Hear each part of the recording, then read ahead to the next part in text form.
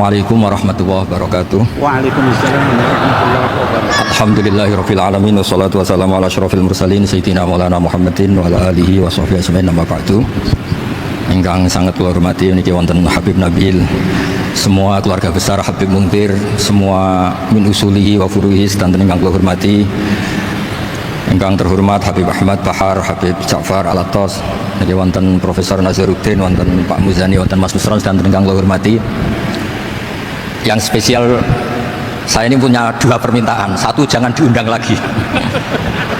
Dua, saya minta maaf kalau yang ingin undang, mohon nggak usah diteruskan.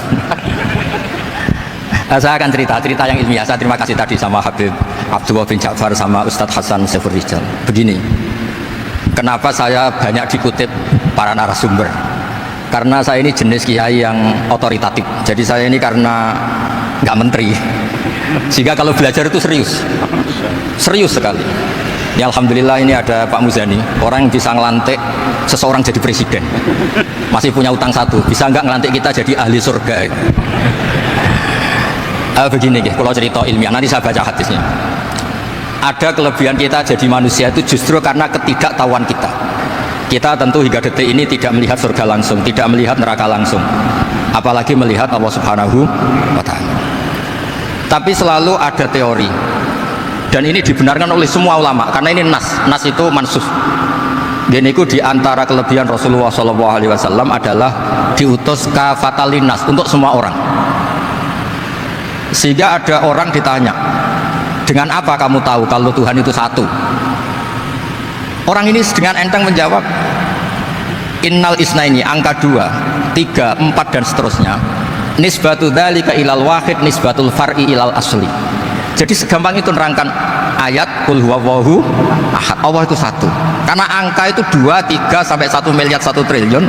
Nisbatu dzalika ilal wahid nisbatul far'i ilal asli. Semua itu asal usulnya satu. Begitu juga begitu gampangnya Syekh Nawawi Al-Bantani menerangkan kenapa bismillah itu dimulai ba. Huruf hijaiyah kan alif, tapi kalau bismillah dimulai dari satu ba. Ba itu ada titik satu. Anda gambar kambing, gambar apa saja, gambar Anda entah baik entah jelek, itu tetap dimulai satu titik. Nah, satu titik ini disebut nuqtatil wujud, asal usul wujud. Sebab itu kitab I'anatul Thalibin, tadi Habib Nabil cerita sanad-sanadnya Mbah Mun. Sebetulnya kalau boleh angkuh, yang berat cerita itu saya, karena kitabnya milik saya. Tapi beliau tak kasih terus cerita, ya alhamdulillah. Ada penyambungnya gitu. Nanti tak kasih lagi beliau. Ya memang yang paling berat beliau karena turunannya itu. Tapi kitabnya dari saya, jadi ya satu-satu. Kitab I'anatul Thalibin itu dikarang oleh ulama top, namanya Sayyid Abi Bakar Sato.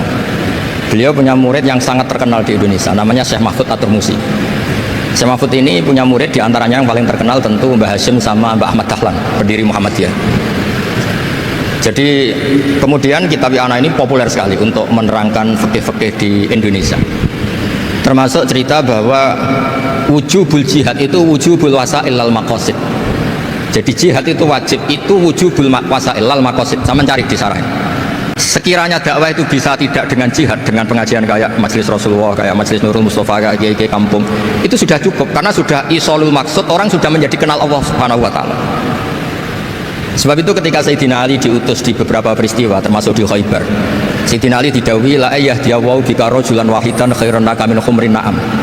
Ada satu saja yang Islam karena kamu itu lebih baik daripada kemenangan. Nah kemudian ini supaya otoritatif menghormati masjid ini, Masjid Istiqlal, masjid yang luar biasa bersejarah. Saya baca keterbatasan kita, tapi ini menjadi kelebihan. Ini hadis di Shahihul Bukhari. Nanti sebagian materinya saya tinggal supaya ini tadi otoritatif tadi, supaya semuanya pakai sanad.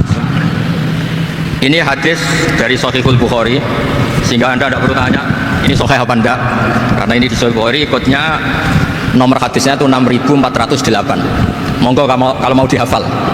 Biasanya jenengan kan hanya hafal Arba'in Nawawiyah, ini hadis ini nomor 6408.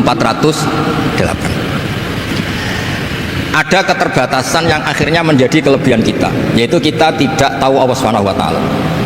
Suatu saat para malaikat ditanya, apakah mereka yang membaca tasbih di sini, misalnya di Istiqlal ini, ngerti saya? Kata Allah. Kata malaikat, tidak tahu. Fayaqulu hal ra'auni, qal fayaqulu la wa ma ra'auka, qal fayaqulu kaifa la ra'auni, yaquluna la ra'auka kanu asyaddalaka ibadatan wa asyaddalaka tamjidan wa aktsarolaka tasbihan. Andaikan manusia itu ngerti engkau ya Allah, maka tasbih mereka ini akan lebih dari kita. Saya beri contoh, ini terutama untuk zuriat Rasulullah SAW. Nabi itu manusia, basar, tapi lakal basar. Nabi ketika muji Allah SWT ini supaya kalau sholat jangan hayati. Misalnya pertama muji begini, lakal hamdu mil'us samawati wa mil'ul ardi. Kebanyakan di Jawa memang baca pakai rofaknya mil'u, tapi di beberapa sanad dibaca mil'a, itu urusan Arab lah. Engkau itu saya puji seluas langit dan bumi, seluas langit dan bumi.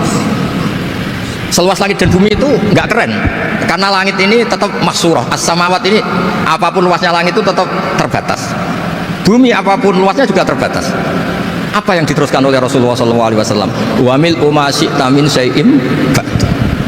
Dan pujian saya ini ya Allah sesuai kehendakmu, sejumlah kehendakmu, karena ini yang tidak terbatas. Begitu juga ketika Nabi dengan keterbatasan sebagai manusia, bukan sebagai Habibullah, atas nama manusia. Nabi itu punya dua sisi, kadang sebagai bashar, kadang sebagai Habibullah. Dan sama-sama penting untuk mengawal Islam ini. Saya ulang lagi, sama-sama penting untuk mengawal Islam ini. Ketika Nabi sebagai bashar ngendikan begini, la nuhsi Allahumma lakal hamdu hamda yuwafi ni'amaka, misalnya pakai mukhatab, wa yukafi mazidak. Saya memuji engkau ya Allah dengan pujian yang sesuai jumlah nikmatmu, wa yukafi mazidak, dan bisa berserasian dengan tambahan-tambahan nikmatmu. Tapi apapun luasnya nikmat itu terbatas, sehingga Nabi nambahi la ukhsi thana'an alita anta kama atneta ala nafsik. Saya muji ini tidak terhitung sama sejumlah pujian yang engkau lakukan. La ukhsi atau la nukhsi thana'an alika anta kama atneta ala nafsik. Sehingga ini kreasi-kreasi Bani Adam yang malaikat itu tidak bisa. Saya ulang lagi, ini kreasi-kreasi Bani Adam yang bakat malaikat itu tidak bisa. Ini saya baca di kitab Fathul Bari, ini sarahnya kitab Bukhari. Kata Imam, ini saya ulang lagi, ini kata Imam Ibnu Hajar Al-Asqalani, pensarah terbaik Bukhari. Jadi Sahihul Bukhari itu punya sarah paling terkenal namanya Fathul Bari. Itu gurunya Syekh Zakaria Al-Ansari. Syekh Zakaria itu dikenal sebagai Syekhul Islam. Itu berkahnya punya guru alim banget, kereng. Ibnu Hajar Al-Asqalani itu kereng itu keras. Kalau muridnya ada bisa itu keras sekali, tapi urusan ngaji saja. Terus punya murid itu pinter sekali, namanya Ibnu Hajar Al-Haytami. Jadi beliau kalau mau ngaji ya susah, karena gurunya itu alim nyuruh baca. Kalau mau ngajar ya susah, muridnya itu alim, takut salah. Jadi akhirnya pinter. Orang punya murid alim alama itu kan bingung. Makanya saya tidak suka kalau Profesor Nazar ngaji saya, nanti ngoreksi repot. Sudah gitu Islamnya beliau formal karena Menteri Agama, saya non formal. Lama-lama Islamnya beliau legal, saya ilegal. Kan jadi repot nanti. Makanya tadi tak bully, tak cocokkan. Kalau jenengan Menteri Agama sampai akhirat berarti top. Tapi kayaknya di akhirat saya yang ngelamar jadi Menteri Agama. Tidak ada, ini nggak penting. Ini hanya gejolokan saja supaya kelihatan bahwa Menteri pun juga warga Indonesia. Begini kata Ibnu Hajar Al-Asqalani, ini saya baca ya supaya penghormatan saya sama Habib Umar Hafid. Saya ini baca kitab beliau khatam serius, namanya Taujihun Nabi li Mardhati Bari, yang ditulis oleh Ustadz Fahmi bin Ali bin Ubaidun. Saya baca banyak, termasuk ketika beliau punya manhaj yang tidak populer, kata beliau fala budda an tuwattina nafsaka ala annana khodamatu hadal kaun. Kamu harus yakin bahwa tugas kiai, tugas ulama itu khodamatu hadal kaun, mengkhidmati semua alam raya ini. Dan jangan pernah putus asa, misalnya melihat non muslim terus kamu putus asa, ini non muslim enggak. Bisa saja suatu saat rubbama aslama fakhasuna islamu, bisa saja dia Islam fakhasuna Islam. Nah, ini wirasah nabawiyah, karena dulu Nabi ketika dari kampung Abdi Yalil dan disakiti, malaikat Jibal itu usul supaya kampung itu dihabisi. Kata Nabi apa? La bal arju ayukhrijawah min aslabihim ma ya'budullaha wa la yusyriku bihi syai'an. Bisa saja bapaknya masih kafir, anaknya Islam, cucu-cucunya apa? Islam. Kayak apa Nabi itu? Rojaknya Masya Allah. Nah kemudian ini kembali ke tasbih tadi. Kata Ibnu Hajar Al-Asqalani, yukhadu min hadal hadis anna dzikral hasil min bani adam a'la wa asyrafu min adzikri al hasil min al malaikah li husuli dzikril adamin ma akasrati syawaghil wa wujudi sawarif wa sudurihi fi alamil ghaibi bi khilafil malaikati fi dzalika kulli. Jadi kita ini enggak melihat Allah langsung, enggak melihat surga langsung, enggak melihat neraka langsung. Tapi cara kita zikir, wis nek wedi neraka yo nangis tenan. Padahal yo ora mesti mlebu neraka, lha nangis tenan. Kayak apa iman kita? Nah, Iman seperti ini sesuai kriteria awal sing dikersana Allah, alladzina yu'minuna bil ghaib. Maka andekan saya ini kok dikasih mukasyafah sama Allah untuk melihat surga, saya milih nggak melihat supaya ngikuti yang tetap ghaib. Nanti kalau saya melihat langsung kemudian iman, kata Allah, akeh tunggalih aku iman mau melihat itu. Jadi kadang-kadang keterbatasan kita ini penting. Makanya masyhur Nabi pernah ngendikan tuba liman ro'ani wa amanabi, tapi wa tuba liman lam yaroni wa amanabi. Kalau orang melihat saya kemudian iman itu biasa. Ini orang zaman akhir tidak melihat saya tapi iman. Kadang-kadang itu nggak lewat Habib yang ganteng, itu enggak, lewat Mudin. Terus Mudin di kampung rapati di duit, ini mulang tauhid ya mandi. Islam itu digawa Habib ya mandi, digawa menteri ya mandi, digawa Mudin ya mandi. Karena Islam itu kafatal, napa kafatal? Nah yang nggak dipunyai malaikat adalah tadi seperti cerita saya tentang Imam Amudi. Segampang itu. Makanya di tradisi pondoknya Mbah Maimun itu ada tradisi qaddimid dirayah ala riwayah. Logika riwayat itu penting karena itu menjadi nyaman. Ya kayak tadi, Allah itu satu. Ketika kita berpikir angka 2, 3 sampai sekian miliar, sekian triliun, nisbatu dzalika ilal wahid, nisbatul far'i ilal asl. Semua itu dibanding angka 1 adalah cabang. Gambar kayak apa ruwetnya dinisbatkan asal usulnya mesti satu nuktah, yaitu satu titik. Nah satu titik ini kata pengarang Ya'natul Talibin, bi kana makana wa bi yakunu mayakun. Nah kemudian terakhir ini nggak boleh lama-lama. Kalau lama-lama nanti sampean pinternya nyanyi saya. Tapi nggak apa-apa lah. Saya ini termasuk kiai yang sudah diundang. Ini termasuk Pak MPR, nggak boleh undang saya. Pak Nusron apalagi nggak boleh. Itu kalau di kampung sama saya hormat, kalau di sini kok kayak menteri itu. Menteri betul tapi. Lalu gurunya dia itu teman saya gitu. Jadi tanya nih kalau nggak percaya. Makanya kalau sama saya beliau cium tangan, saya sebetulnya ya nggak siap dicium tangan menteri, itu nggak siap. Apalagi dihormati Pak Nazar, nggak siap. Nanti dikira minta haji malah repot. repot. Saya ini tadi bisik-bisik itu urusannya ilmu tasawuf, nggak ada urusannya dengan haji. Nah, cocokan. Kenapa beliau suka ilmu tasawuf? Saya kan sering lihat beliau ceramah di TV. Katanya obat Gus obat. Orang kalau belajar tasawuf kan kepenak itu. Kayak misal di swarga kan kepenak, di tasawuf itu kan memang. Sekarang saya cerita tentang ini karena bidang yang saya tekuni. Ada kitab tentang ulumul Quran namanya Al-Mufradat fi Gharibil Quran, dikarang oleh Ar-Raghib Al-Asfihani. Ini kitab luar biasa. Di situ hanya cerita lafat-lafat per kata. Saya tadi sebelum kesini ngajar dulu di pondoknya Beki, Baitul Qurannya Pak Kures, karena memang saya termasuk pengajar di sana. Artinya kalau saya sering ke situ jangan iri, memang saya termasuk pengajar di sana. Termasuk pengajar yang keren maksudnya. Keren itu artinya pakai referensi, bukan asal. Begini kata kitab itu. Rasulullah SAW itu kan punya nama Muhammad, orang yang banyak sikapnya atau semua sikapnya terpuji. Termasuk ketika sebagai manusia, asalnya kita termasuk ketika sebagai apa? Manusia. Sebagai manusia aja Nabi nggak pernah salah. Begini kata kitab itu. Nabi-nabi yang keren-keren itu, sama lihat di Ahaditsus Syafa'ah, itu masih egois. Ketika ada haulul mauqif, ada prahara mauqif, itu semua Nabi bilang nafsi, nafsi, nafsi, nafsi. Ketika dimintai syafaat bilang nafsi, nafsi.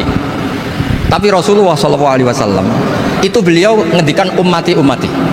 Dan beliau ketika dimintai syafaat kata beliau, sudah, analah, saya bisa memberi syafaat.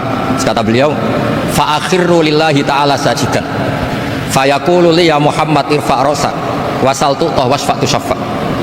Kayak apa hebatnya Rasulullah SAW? Umumnya para nabi melihat akhirat itu sudah akhir dari semua amal. Itu menurut Nabi Muhammad gak keren. Allah itu gak bisa didikte akhirat. Allah itu Tuhan, tetap yaf'alu ma yasha. Jadi gak bisa misalnya sudah akhirat orang nyuwun sewu terus tanya, ya Rasulullah ini sudah akhirat kok jenengan sujud bareng ini gimana? Ini sudah gak darul amal tapi ini darul jaza. Gak bisa. Akhirat gak bisa dibatasi. Karena akhirat gak bisa membatasi Allah, Nabi tetap dengan rileksnya minta sama Allah. Fa ahmaduhu bima hamida alamani ya rabbi. Kemudian saat itu saya muji-muji Allah dengan pujian yang luar biasa. Terus kata kitab itu, fa Muhammadun ahmadu min wairihi. Makanya beliau punya nama Ahmad. Ahmad itu afal tafdil, bukan fi'il mudhari' waqi' mutakallim. Ini pernah madrasah dulu di Kutsian. Tamat. Beliau kalau di rumah hormatnya enggak kayak tadi, lebih dari itu. Tadi di sini pejabat terus. Sembrono ya di sini tuh. Ya tapi nggak apa-apa itu. Tadi sudah dipuji, akhlaknya baik, apa-apa baik, alhamdulillah. Fa Muhammadun ahmadu min ghairihi. Ketika para nabi nggak bisa muji Allah di mahsyar, bahkan mereka itu nyuwun sewu egois, hanya mikir diri sendiri, nafsi-nafsi. Rasulullah Muhammad ini punya nyali untuk muji Allah. dan tetap mengajukan permohonan apa? Syafaat. Makanya disebut fa Muhammadun Ahmadu min ghairi. Sampeyan lihat di Bukhari, di Muslim. Fa Ahmadu fi mahamida alamaniha rabbi. Tetap muji-muji Allah. Nah, bukti bahwa teori saya benar dan otoritatif adalah yang nggak bisa hilang di surga itu juga wiridan. Ketika kita masuk surga, apa kita kegiatannya? Da'wahum fiha subhanakallahumma wa tahiyyatuhum fiha salam wa akhiru da'wahum alhamdulillahi rabbil alamin. Nah, kemudian ini juga yang terus kemudian dinyatakan al-baqiyatus sholihat. Ini kalimat-kalimat yang abadi. Karena apa? Di dunia ya kita bilang subhanallah alhamdulillah, di akhirat kita bilang subhanallah. Kayak apa kerennya kita sebagai Bani Adam? Nah, makanya disebut alladzina yu'minuna bil ghaibi. Wong tidak melihat Allah, tidak melihat surga, tidak melihat neraka, tapi iman kita ini kayak iman sing musyahadah. Iman sing hakul yakin, ainul yakin. Kenapa demikian? Ya karena tadi kita diajari terus menerus oleh Rasulullah SAW. Yang terakhir saya cerita mukjizat. Ini juga terkait dengan betapa mudahnya hadaddin ini di logika, dicerna. Kata Rasulullah SAW, sabda Nabi di hadis, salang lagi ini hadis sahih di bab awal Fadailul Quran di Sahihul Bukhari. Dicek, kalau nggak percaya dicek. Ma minal anbiya'i nabiyyun illa utiya minal ayati ma misluhu amana alaihi bashar. Wa innama kana alladzi utitu wahyan auhahu wa ilayya fa arju an akuna aktsarahum tabi'an yaumal qiyamah. Enggak ada nabi kemudian kecuali dikasih wahyu, dikasih mukjizat. Dan mukjizat ini dahsyat sehingga orang itu dipaksa iman. Kayak Nabi Soleh, ada unta besar keluar dari batu. Nabi Musa punya tongkat dipukulkan ke Laut Merah langsung menyibak jadi daratan. Tapi kata Nabi Muhammad SAW, saya itu tidak punya mukjizat kayak itu, juga gak ingin. Saya ini dikasih mukjizat Al-Quran. Dan saya berharap karena mukjizat Quran ini adalah terus kemudian umatku menjadi yang terbanyak ila yaumil ya. Sekarang kita berlogika. Ini kata kitab Fathul Bari lagi. Kita berlogika. Ajaza yu'jizu ijazan. Sesuatu yang menjadikan orang lain gak mampu disebut ijaz. Kemudian karena ayat menjadi mukjizat, sesuatu yang kita sepakat tidak mampu. Nah kalau itu masalahnya, tongkat dipukulkan laut kemudian menjadi kering, kita mampu enggak? Enggak kan? Tapi pertanyaannya, Anda bikin nyamuk mampu enggak? Enggak kan? Anda bikin sapi, bikin unta mampu enggak? Enggak kan? Makanya Nabi Muhammad SAW cukup, sudahlah kamu itu manusia, bahkan sekedar menciptakan lalat itu tidak bisa. Innallaha la yastahi ayyadriba mathalan ma ba'udatan fama fawqa. Kemudian mukjizat ini sama Nabi dicontohkan hal-hal yang keseharian kita. Wa min ayatihi lailu wan naharu wasyamsu wal qamar. Sekarang peristiwa laut dibelah Nabi Musa dengan matahari yang enggak pernah turun mesin, itu keren mana coba? Keren matahari yang enggak pernah turun. Terus kata Ibnu Hajar Al-Asqalani, li annal mu'jizat al-madiyah kanat khisyatan tusyahadu bil absar. Kana qati Saleh wa asa Musa. Wa mu'jizatul Quran tusyahadu bil basirah. Fakana man yattabi'uhu atau yatba'uhu li ajliha aksar. Fa innal ladzi yusyahadu bil absar yang qaridu binqiradi musyahidihi. Wal ladzi yusyahadu bil basirah bakin. Ya, saya ulang lagi, bakin. Ya, bakin terus disaksikan orang sing ja'a badal awali mustamirran. Begini logikanya. Mukjizat kayak nakoti Soleh atau Asa Musa yang terkenal. Saya andaikan jadi umatnya Nabi Musa terus dikasih tongkat itu, terus bisa apa coba? Ketika kita punya utang disuruh nyaur ya nggak bisa dipakai jaminan kan? Sudah gitu orang tanya ini asli apa enggak? Kalau asli buktikan, kan ya repot. Tapi kalau kita jadi umatnya Rasulullah SAW ditunggoni Quran, punya banyak masalah resepnya sabar. Kalau nggak bisa sabar ya nyari kiai-kiai tukang ijazah, namun dungannya mandi. Karena orang mensifati Allah itu macam-macam. Makanya saya pastikan nggak ada agama yang mengajarkan rasional kayak agama apa? Islam. Makanya liqaumi yaqilun liqaumi yatafakkar. Coba misalnya nyamuk, kamu bikin nyamuk tidak bisa kan? Nyamuk punya organ tubuh kecil, organ tubuhnya punya urat. Kamu mikirnya kayak apa? Sekedar bikin patungnya saja tidak bisa, apalagi bikin nyamuk. Jadi untuk mengakui kudrohnya Allah yang tidak terbatas dan kita lemah, itu udah usah nunggu peristiwa kayak terbelahnya laut. Cukup wa ma min dabatin fil ardi wala ta'ir yatiru bi janahihi illa umamun amsalukum inna fi khalqis samawati wal ardi waqtilafil laili wan nahar seterusnya la ayatil liqaumi yaqilun. Nah, gara-gara pola yang diajarkan Nabi itu ila yaumil qiyamah orang tetap Islam karena nyaman dengan kepastian mukjizat ini baqiyah ila yaumil qiyamah. Itu kayak apa baiknya Nabi? Makanya saya suka tadi burda yang dibaca. Ada ulama kayak Muhammad bin Sa'id Al-Busiri yang ngarang burda.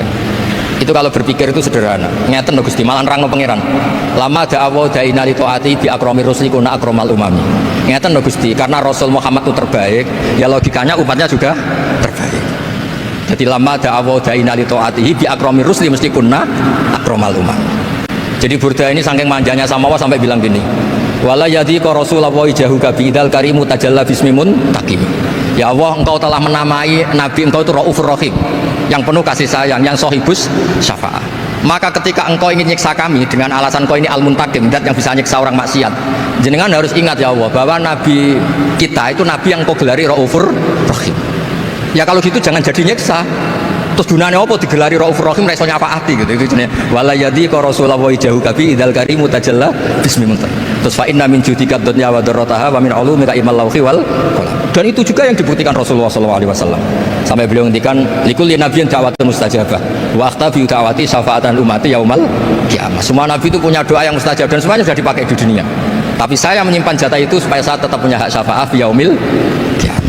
Terus ini bukti-bukti bahwa ilmu yang selama ini diajarkan para habaib, para kiai itu otoritatif.